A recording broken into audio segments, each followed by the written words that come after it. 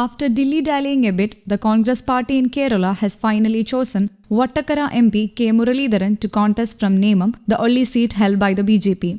Muralidharan was named for Nemam in the Congress list of candidates released on Sunday after the party built up a suspense over who to field to wrest back the seat from the BJP. Kummanam Rajashekharan, former Mizoram governor and party state president, is the new BJP candidate for Nemam. Muralidharan, son of former Kerala CM K. Karunakaran, had contested the 2016 state polls from the nearby Vattiyoorkavu constituency, where he defeated Kummanam Rajashekharan comfortably. He was drafted into the party's Lok Sabha campaign in 2019 to take on CPM's P. Jayarajan in its stronghold Vattakara, and he obliged the party leadership by winning comfortably as the Congress-led alliance went on to defeat the left, winning 19 seats out of 20 seats. Nemam is represented in the outgoing assembly by veteran BJP leader O. Rajagopal, who has been the only big saffron success ever in the state. Fielding the highly combative Muralidharan will help the Congress in its optics of taking on the BJP, besides giving a fillip to the campaign of the UDF for the assembly polls.